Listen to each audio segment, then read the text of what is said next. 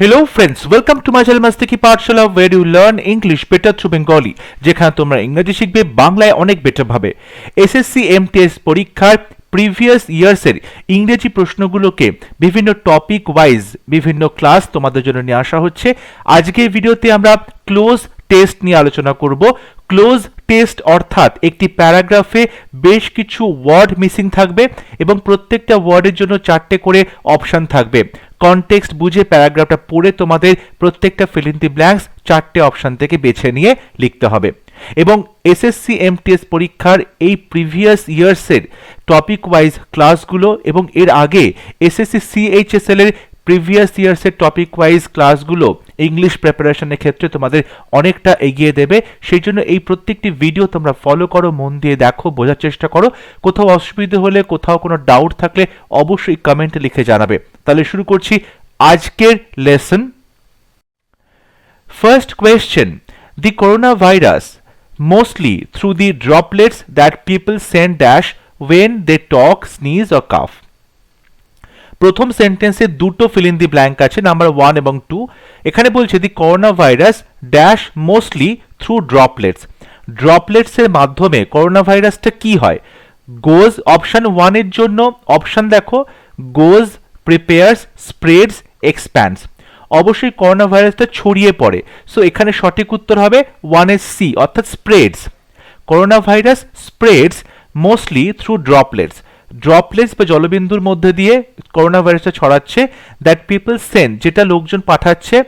এবার দেখো 2 number fill in the blank রয়েছে, when they talk, sneeze or cough. যখন লোকজন কথা বলছে, হাঁচি কাশি করছে, তখন তারা কি করছে? সেই ড্রপলেটগুলোকে বাইরের দিকে পাঠাচ্ছে। বলছে অপশন 2 এর জন্য অপশন হচ্ছে আউট, অ্যাপার্ট, ইন, অ্যাওয়ে।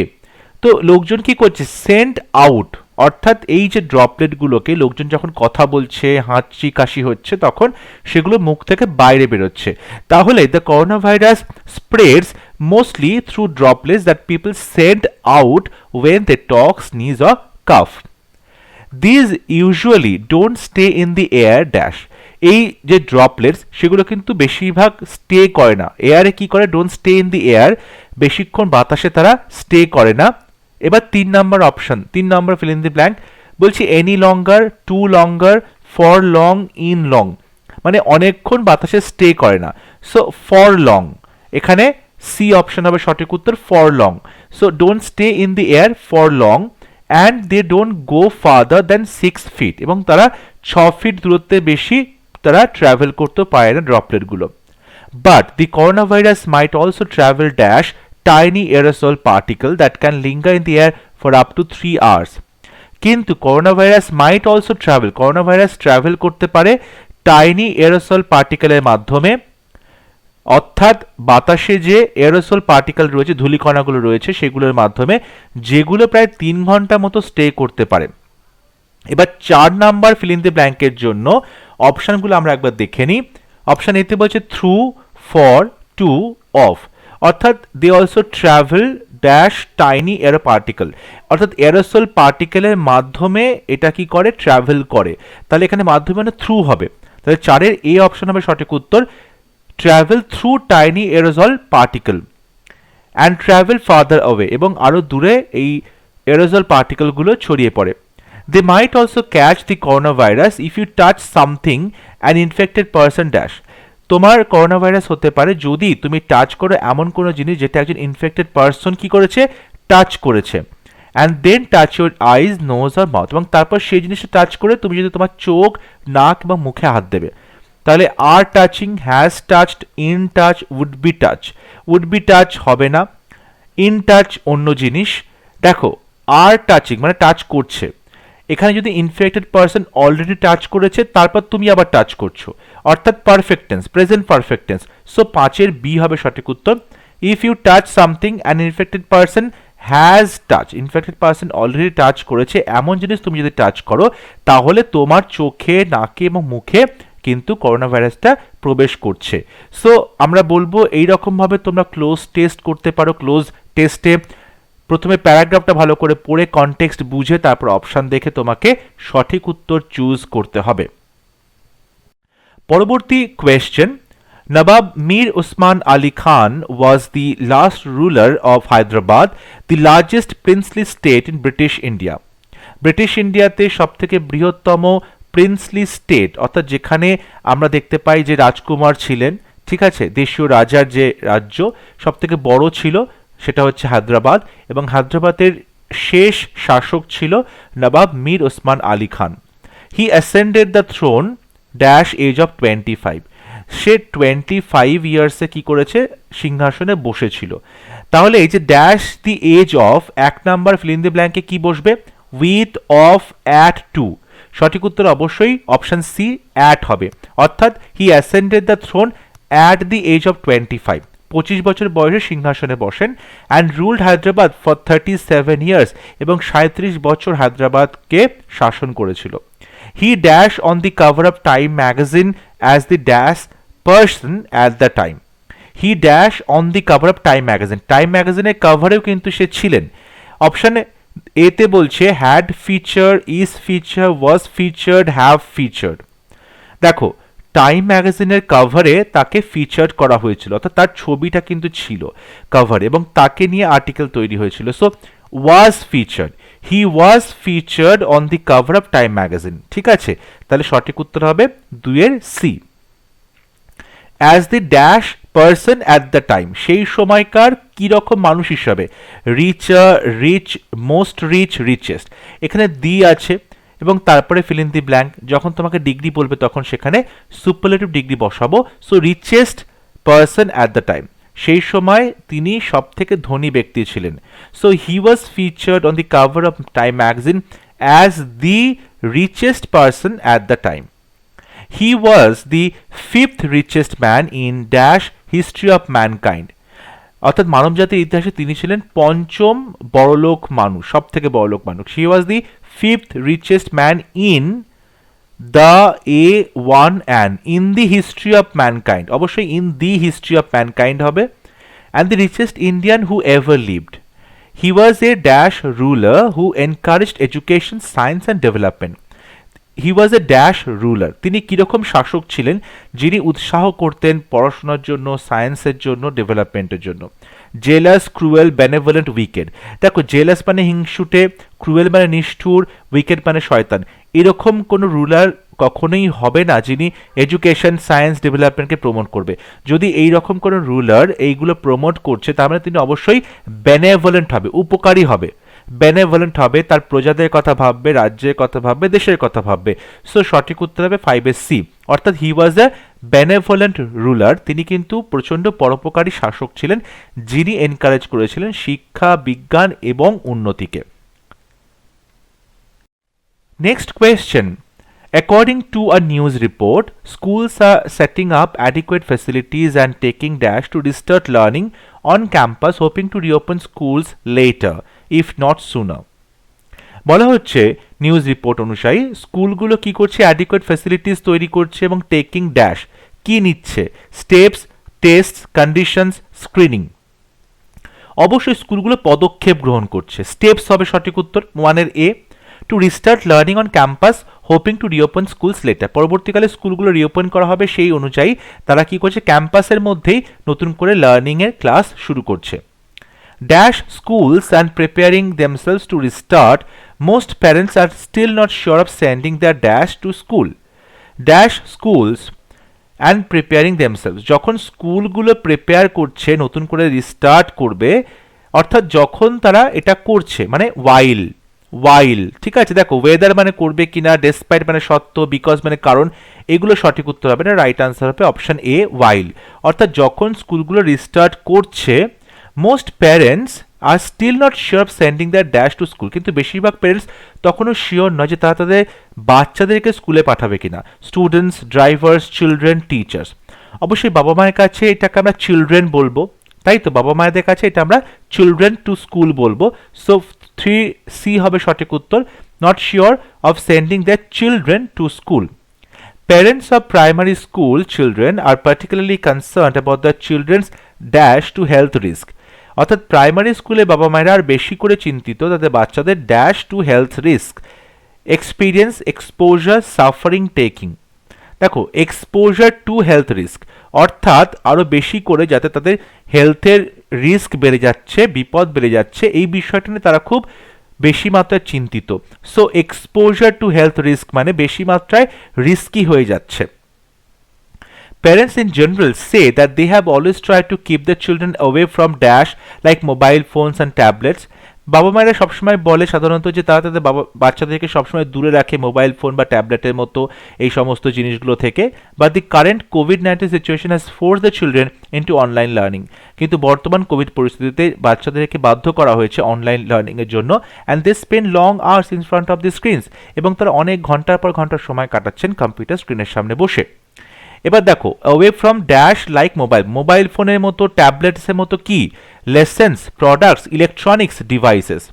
দেখো এখানে কিন্তু বলা হচ্ছে their children away from device. এইটা মোবাইল ফোন, ট্যাবলেটস এগুলো কিন্তু এক একটা ডিভাইস, ঠিক আছে? মানে আমরা অনলাইন এডুকেশনের ডিভাইস হিসেবে কিন্তু এগুলোকে ব্যবহার করছি। সো এগুলো আমরা বলবো ডিভাইস হবে like mobile phones and tablets. So option D হবে সঠিক উত্তর। Next question, one day while the magistrate was walking dash a market he saw a crowd outside a poultry shop. একদিন একজন magistrate was walking dash a market, একটা মার্কেটের কোথা দিয়ে যাচ্ছিল, যখন তিনি দেখলেন যে একটা পোলট্রি শপের বাইরে অনেকজন লোক জমায়েত হয়ে আছে। He was walking dash a market, through a market, aside, over, along. দেখো অ্যালং মানে পাশাপাশি, ওভার মানে ওপর দিয়ে, অ্যাসাইড মানে পাশে, থ্রু মানে মধ্যে দিয়ে। অবশ্যই মার্কেটের মধ্যে দিয়ে হাঁটছিলেন। সো সঠিক উত্তর হবে option A, he was walking through a market.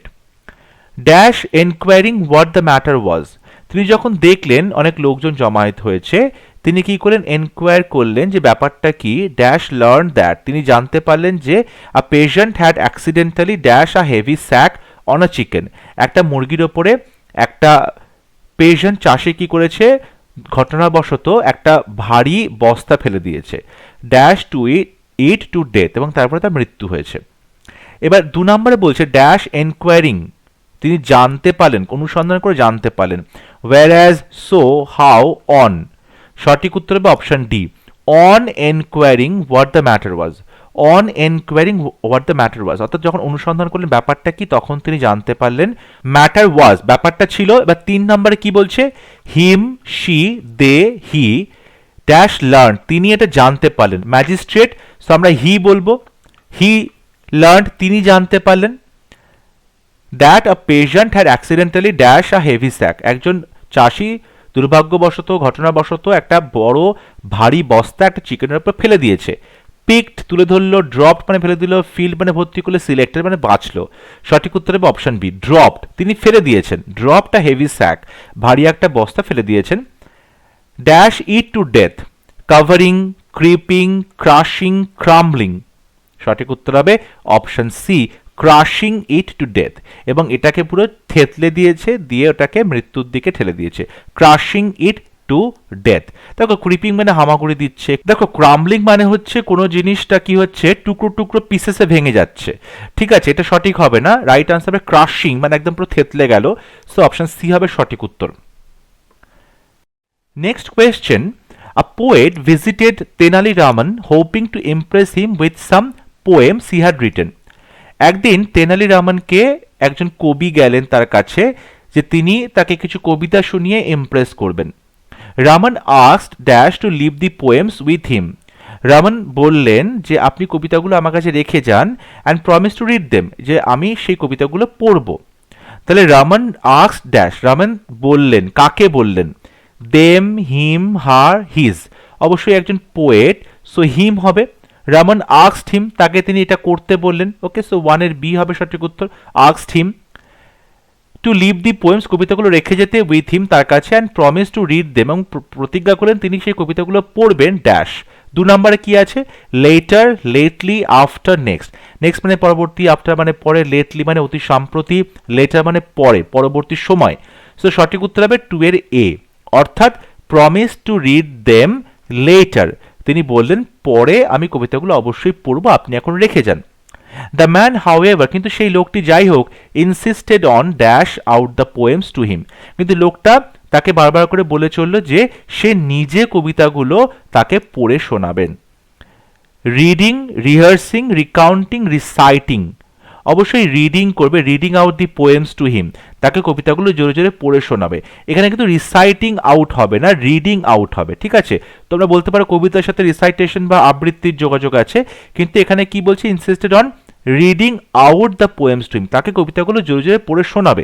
এখানে কিন্তু আবৃত্তির কথা বলছে না, তাই এখানে রিডিং হবে সঠিক উত্তর। অ্যাজ দ্য পোয়েট ড্রোন্ড ড্যাশ, কবি যখন এই কবিতাগুলো গুনগুন করে গানের মতো করে সুর করে করে পড়ছিলেন, droned dash Raman fell asleep, Raman তখন ঘুমিয়ে পড়ল। ইন, আউট, অন, আপ, অর্থাৎ ড্রোন্ড, ড্রোন্ডের পরে কোন প্রেপোজিশন বসবে? তাহলে এখানে সঠিক উত্তর হবে droned on. As the poet droned on, তিনি যখন কবিতাগুলো গুনগুন করে শুরু করে করে পড়ছিলেন, রামন ফেল অ্যাসলিপ, রামন ঘুমিয়ে পড়লেন। When he woke up, Raman যখন ঘুম থেকে জাগলো, দ্য পোয়েট আস্কড, কবি তাকে জিজ্ঞাসা করলেন, sir shall I read the dash again, আমি কি কবিতাগুলো আবার পড়বো? এখানে কি পড়ার কথা বলা, যে পেজেস, রাইমস, পোয়েমস, ভার্সেস। সঠিক উত্তর অবশ্যই পোয়েমের কথা বলা হচ্ছে, সো 5 সি হবে সঠিক উত্তর। Sir shall I read the poems again. দেখো এর আগে আমরা বলেছিলাম যে এখানে আমরা কি করব, রিড করব কিনা, না তিনের যে অপশনটা ছিল ইনসিস্টেড অন ড্যাশ। অনেকে মনে হতে পারে রিসাইটিং কেন হলো না, রিহার্সিং কেন হলো না, কারণ এখানে দেখো পরে বলছে shall I read the poem, তারপরে অবশ্যই এখানে রিডিং হবে, কারণ এখানে রিড করার কথা বলা হচ্ছে, কবিতাগুলো পড়ার কথা বলা হচ্ছে। সো আমরা কিন্তু ক্লু পেয়ে গেলাম যে 3 নম্বরের রিডিংটা একদম সঠিকভাবে বসানো হয়েছে। Next question, we are having a great time in Darjeeling. দার্জিলিংয়ে আমরা খুব সুন্দর সময় কাটাচ্ছি। Dash the temperature is hitting dash all time low this season. কি বলছে, দার্জিলিংয়ে আমরা খুব ভালো সময় কাটাচ্ছি, dash the temperature is hitting dash all time low this season. কিন্তু এই ঋতুতে মানে এতদিন পর্যন্ত কখনো এরকম হয়নি, সর্বসময়ের মধ্যে, সর্বকালের মধ্যে সব থেকে কম টেম্পারেচার হচ্ছে। আমরা খুব ভালো সময় কাটাচ্ছি, কিন্তু টেম্পারেচার অনেকটা কমে যাচ্ছে। আনটিল, যতক্ষণ পর্যন্ত, ওয়েদার মানে কিনা, বিফোর মানে আগে, অলদো যদিও।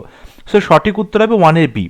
আমরা খুব ভালো সময় কাটাচ্ছি, although the temperature is hitting A and so such all time হবে না, an all time low this season, অর্থাৎ এখনো পর্যন্ত এতটা ঠান্ডা দেখা যায়নি যতটা এই সিজনে দেখা যাচ্ছে। সো এখানে অ্যান হবে। তারপর বলছে we did carry dash warm clothing but we completely dash our umbrellas. আমরা ক্যারি করছি ওয়ার্ম ক্লোদিং। 3 নম্বরে কি বলছে, অ্যাডিকুয়েট, স্যাটিসফ্যাক্টরি, কেপেবল, অ্যাকসেপ্টেবল। দেখো অ্যাকসেপ্টেবল মানে যেটা গ্রহণযোগ্য, কেপেবল মানে সমর্থ, স্যাটিসফ্যাক্টরি মানে সন্তোষজনক, অ্যাডিকুয়েট মানে যথেষ্ট। অবশ্যই আমরা যথেষ্ট পরিমাণ ওয়ার্ম ক্লোদিং ক্যারি করছি, সো 3 এ হবে সঠিক উত্তর। We did carry adequate warm clothing but we completely dash, কিন্তু আমরা পুরোপুরিভাবে ভুলে গেছিলাম আমাদের আমব্রেলা, তাই তো? সো ফয়েলড হবে না, ফিনিশড হবে না, ফরগট হবে, ফেইলড হবে না, ফরগট হবে। সো উই কমপ্লিটলি ফরগট আর আমব্রেলাস, কিন্তু পুরোপুরি আমরা আমাদের ছাতার কথা ভুলে গেছিলাম। And it has bin dash ever since we got here, এবং যবে থেকে আমরা এখানে এসেছি তবে থেকে এখানে কি হচ্ছে, শাওয়ারিং হচ্ছে, পোরিং হচ্ছে, স্ল্যাশিং হচ্ছে, ড্রেঞ্চিং হচ্ছে। সঠিক উত্তর হবে it has been pouring. It has been pouring মানে it has been raining, it has been raining, ঠিক আছে? সো পোরিং মানে হচ্ছে রেইনিং, অর্থাৎ যবে থেকে এখানে এসেছি তবে থেকে এখানে বৃষ্টি পড়ছে। তাহলে আমরা এখানে পুরো প্যাসেজটা এভাবে বলতে পারি, we are having a great time in Darjeeling although the temperature is hitting an all time low this season, we did carry adequate warm clothing but we completely forgot our umbrellas and it has been pouring ever since we got here. Next question, my first voyage had been very profitable. আমার প্রথম যে সমুদ্র যাত্রা সেটা কিন্তু খুব ভালো মতোই প্রফিটেবল হয়েছে, লাভবান হয়েছি, লাভজনক হয়েছে। I was again a dash man, আমি আবারও একবার কি হয়ে গেলাম, wealthy, dull, poor, healthy। অবশ্যই প্রফিট হয়েছে মানে আমি কিন্তু আবারও একবার বড়লোক হয়ে গেছি, তাই না? তো ওয়েলদি হয়ে গেছি, ওয়েলথি। সো 1 এ হবে সঠিক উত্তর। I did not lack for luxury or entertainment, পয়সা, বিনোদন, স্বাচ্ছন্দ্য এগুলো কোনোটাই আমার কাছে কোনো অভাব ছিল না। Dash my friend I could not rest for long and since but also, মানে আমার কাছে কোনো কিছু টাকা পয়সার অভাব ছিল না, এন্টারটেনমেন্টের অভাব ছিল না, কিন্তু I could not rest for long, আমি তবুও বেশিক্ষণ বিশ্রাম করতে পারলাম না। এটা কিন্তু বিপরীতধর্মী কথা, তাই এখানে আমরা বাট বসাবো, অর্থাৎ 2 নাম্বার প্রশ্নে অপশন সি হবে সঠিক উত্তর, but. I dash the salt air and the thrill of travel, এই যে সল্ট এয়ার অর্থাৎ যে বাতাসে লবণাক্ত বাতাস এবং এই যে ট্রাভেলের থ্রিল রোমাঞ্চ আনন্দ, সেটা আমি কি করতে পারলাম না। I dash, I testing, have tested, had tested, test, অর্থাৎ বলতে চাইছে আমি অলরেডি কিন্তু এই লবণাক্ত বাতাস এবং ট্রাভেলের যে রোমাঞ্চ সেটাকে ফিল করেছি, টেস্ট করেছি। So I had tasted, I had tasted past টেন্সে, তাই পাস্ট পারফেক্ট টেন্স বসানো হলো। Soon I dash by the wall of Allah back to the seaport at Basra. Soon I dash by the wall of Allah. আমি কিন্তু আবার এই আল্লাহর তৈরি যে পাঁচিল, সেই পাঁচিলের দ্বারা কি করলাম, টানলো আমাকে টু দি সিপোর্ট, সেখান থেকে আমাকে টেনে নিয়ে আসলো সমুদ্র বন্দরে, অ্যাট বাসরা, বাসরাতে। তাহলে I am pulled, was pulling, was pulled, had pulled, সঠিক উত্তর হবে ওয়াজ পুলড, অর্থাৎ আমাকে টেনে আনা হলো by the will of Allah back, অর্থাৎ আল্লাহর যে পাঁচিল, সেই পাঁচিলের দ্বারা আমাকে আবার সি পোর্টে টেনে নিয়ে আসলো। সো আই ওয়াজ পুলড, ওকে, এটা কিন্তু আমরা প্যাসিভে লিখছি। সো 4 এ অপশন সি হবে সঠিক উত্তর, I was pulled. Dash I found a newly made ship with fine sails and the best equipment, এবং সেখানে আমি কি দেখলাম, একটা নতুন তৈরি করা জাহাজ দেখলাম যেখানে ফাইন সেলস আছে এবং সেখানে খুব সুন্দর সুন্দর ইকুইপমেন্টসগুলো রয়েছে। So where I found, wherever, while, when, সঠিক উত্তর হবে ওয়্যার আই ফাউন্ড, আমাকে যখন এই বাসরা সি পোর্টে নিয়ে আসলো যেখানে আমি দেখলাম। So where I found, okay. So 5 এর এ হবে সঠিক উত্তর, where I found a newly made ship. Question number 8. Albert soon got to learn the language of dash native people. Albert খুব সহজে শিখে ফেললো এই নেটিভ লোকজনের ভাষা। A native people, and native people, the native people, one native people, সঠিক উত্তর হবে option C, the native people.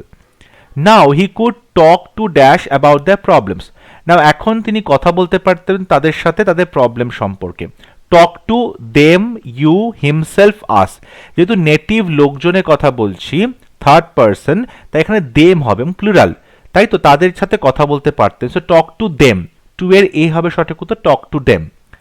They to began to dash him for advice, তারাও কিন্তু তার কাছ থেকে উপদেশ নেওয়ার জন্য কি করতেন, অ্যাপিয়ার করতো, অ্যাপ্রোচ করতো, অ্যাডভান্স করতো, অ্যারেঞ্জ করতো। অবশ্যই তারা কি করতো, তাকে অ্যাপ্রোচ করতো, তাকে বলতো গিয়ে যে আমাদেরকে অ্যাডভাইস দিন। সো অ্যাপ্রোচ করতো। So they to began to approach him for advice, অ্যাডভাইসের জন্য বা উপদেশের জন্য তার কাছে সবাই যেতে লাগলো। সাম পিপল, কিছু লোক, were too shy to share their concern, তারা এতটাই শাই ছিল, লজ্জিত ছিল, তার লজ্জা পেত, নিজেদের কিন্তু কনসার্নগুলো শেয়ার করতে পারতো না। এবার যে সাম পিপল ফার্দার মোর, হাউএভার, দেয়ারফোর, মোর ওভার, দেখো সমস্ত লোকজন তো তাকে অ্যাপ্রোচ করতে লাগলো তাদের অ্যাডভাইস নেওয়ার জন্য, কিন্তু কিছু লোকজন পারতো না, তার মানে হাউএভার, যাই হোক কিছু লোকজন কিন্তু লজ্জা পেত তার সাথে তাদের কনসার্নগুলো শেয়ার করতে। সো 4 এর বি হবে সঠিক উত্তর, some people however were too shy to share their concerns. Albert eventually, কিন্তু ঘটনাক্রমে আস্তে আস্তে ধীরে ধীরে অ্যালবার্ট কি করলো, finally dash them that he was there to assist them in all matters, সে তাদেরকে বোঝালো যে তিনি তাদের পাশে রয়েছেন সমস্ত রকম সাহায্য করার জন্য সমস্ত কিছুতে। Assure them, settle them, decided them, confirmed, সঠিক উত্তর হবে অ্যাসিওর করা, অর্থাৎ আশ্বস্ত করা, নির্দিষ্টভাবে আশ্বস্ত করা, তাদেরকে বিশ্বাসটা দেওয়া। So Albert eventually assure them, তাদেরকে আশ্বস্ত করলেন, বিশ্বস্ত করলেন যে তিনি তাদের পাশে রয়েছেন, যে কোনো বিষয়ে সাহায্য করবেন বলে। তাহলে প্যাসেজটা এরকমই দাঁড়ালো, Albert soon got to learn the language of the native people, now he could talk to them about their problems, they to began to approach him for advice. Some people, however, were too shy to share their concerns. Albert eventually assured them that he was there to assist them in all matters. Next question. The Defense Minister complimented the IAF for its rapid deployment of assets at forward locations dash response to the border with China in eastern Ladakh. দেখো defence minister complement করছে, প্রশংসা করছে if কে যে তারা এত দ্রুততার সাথে তাদের যে অ্যাসেটসগুলো রয়েছে তাদেরকে ফরওয়ার্ড লোকেশনে পাঠিয়ে দিয়েছে এবং তারা রেসপন্ড করেছে এবং to the border row with China in eastern Ladakh. Eastern লাদাখে চায়নার সাথে তারা কিন্তু রেসপন্ড করছে, তাদের চায়নার যে অ্যাটাক তাদের সাথে তারা রেসপন্ড করছে। এবার দেখো কি বলছে, in response, on response, with response, to response. সঠিক উত্তর হবে ইন, ওয়ানের এ হবে সঠিক উত্তর, in response to the border row. এখানে চায়নার সাথে যে আমাদের ভারতবর্ষের সীমানা নিয়ে যে একটা ঝামেলা হচ্ছে, সেক্ষেত্রে কিন্তু ডিফেন্স মিনিস্টার কমপ্লিমেন্ট করছে আইএএফকে, অর্থাৎ ইন্ডিয়ান আর্মড ফোর্সেসকে, যে তারা সেখানে খুব দ্রুততার সাথে পৌঁছে গেছে বলে। তাহলে ওয়ানের সাথে আমরা ইন বসাবো, in response two. The current combat readiness has sent a strong message to our dash. এই যে দ্রুত তৎপর হয়ে আমরা কমব্যাট করলাম, এইটা একটা স্ট্রং মেসেজ দেবে টু আওয়ার, কাকে, আমাদের কাকে, মেসেঞ্জারকে, টেররিস্টকে, অ্যাডভার্সারিজকে, ফ্রেন্ডসকে। সঠিক উত্তর অপশান সি। অবশ্যই আমাদের যে অ্যাডভার্সারিজ রয়েছে, আমাদের যে শত্রুপক্ষ রয়েছে, তাদেরকে একটা স্ট্রং মেসেজ দেবে। হি সেড, তিনি বললেন, in an address to the top commanders of IAF. IAF এর টপ কমান্ডার্সকে, one IAF, and IAF, the IAF, a IAF. সঠিক উত্তর হবে the IAF. So Indian armed forces, তার আগে আমরা দি বসাবো, ঠিক আছে। On the opening day of a 3-day conference, the defense minister said the nation's resolve to defend its sovereignty dash firm and that the people of the country have full confidence in the dash of its armed forces. এখানে বলা হচ্ছে যে the current combat readiness has sent a strong message to our adversaries, he said in an address to the top commanders of the IAF on the opening day of a 3-day conference. 3 দিনের একটি কনফারেন্সের opening ডেতে তিনি এই কথাগুলো বলেন। The defence minister said, defence minister আরও বলেন, দ্য নেশনস রিজলভ, আমাদের জাতির যে প্রতিজ্ঞা, টু ডিফেন্ড ইটস সভরেনিটি, অর্থাৎ তার সার্বভৌমত্ব রক্ষা করা বা সার্বভৌমত্বকে প্রতিরোধ করার, রক্ষা করার যে একটা দৃঢ় প্রতিজ্ঞা, ড্যাশ ফার্ম, ততটাই শক্ত, stands were standing, standing is stood. দেখো এখানে যেটা বলা হচ্ছে যে আমাদের দেশের সার্বভৌমত্ব রক্ষা করার যে প্রতিজ্ঞা, সেটা কি করছে, স্ট্যান্ডস ফার্ম, সেটা কিন্তু যথেষ্ট শক্ত হয়ে দাঁড়িয়ে আছে, stands farm, and that the people of the country have full confidence in the dash of its armed forces, এবং লোকজনের, আমাদের দেশের যে লোকজন, তাদের যথেষ্ট পূর্ণ আস্থা রয়েছে আমাদের আর্মড ফোর্সেসের ওপরে, যে তারা কি করতে পারবে, তাদের সেই ক্যাপাবিলিটি রয়েছে, আর্মড ফোর্সেস তাদের কিন্তু সেই ক্ষমতাটা রয়েছে।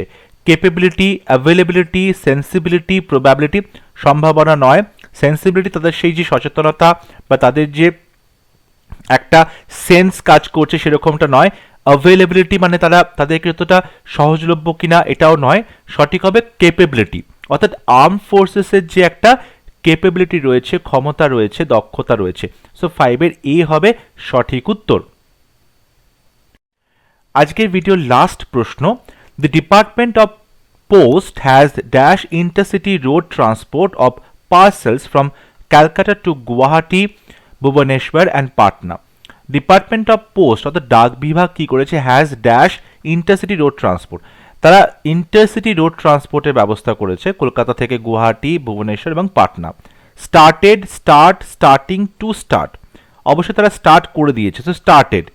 সো 1-এর এ হবে সঠিক উত্তর, the department of post has started, ঠিক আছে, এটা আমরা প্রেজেন্ট পারফেক্ট টেন্স লিখছি, has started. The intercity dash of parcels, এই যে ইন্টারসিটি একটা শহর থেকে আরেকটা শহরে, dash of parcels by road dash amid the inability of railways. The intercity dash of parcels, intercity কি করছে, moves, move, movement, moving. The intercity movement of parcels, সঠিক উত্তর হবে মুভমেন্ট। তাহলে the intercity movement of parcels, পার্সেলগুলোর এই যে movement by road, রাস্তার মাধ্যমে, dash amid the inability, was coming, comes, is coming, come. সঠিক উত্তর হবে কামস। এখানে সাবজেক্ট কি, সাবজেক্ট হচ্ছে ইন্টারসিটি মুভমেন্ট, এটা সাবজেক্ট, ঠিক আছে। তাহলে এই সাবজেক্ট অনুযায়ী আমাদেরকে ভার্ব বসাতে হবে। তাহলে ভার্বটা এখানে যেহেতু থার্ড পারসন সিঙ্গুলার নাম বা ইন্টারসিটি মুভমেন্ট, তাই ভার্বের সাথে এস বসবে, কামস হবে, ঠিক আছে। Amid the inability of the railways, অর্থাৎ রেলওয়ে যে ব্যর্থতা, তার মধ্যে এই বিষয়টা পড়ছে। railway dash adequate space provided to provide। এখানে দেখো কি বলছে, amid the inability মানে ব্যর্থতা of the railways, রেলওয়ের ব্যর্থতা, কিসের ব্যর্থতা? টু প্রোভাইড অ্যাডিকুয়েট স্পেস, তারা যথেষ্ট পরিমাণে স্পেস দিতে পারছে না, জায়গা দিতে পারছে না এই পোস্টকে, ঠিক আছে, এই ডাক বিভাগকে। সো সঠিক উত্তর হবে 4 D, to provide, inability of the railways to provide adequate space and the preference given dash the airways to perishable commodities.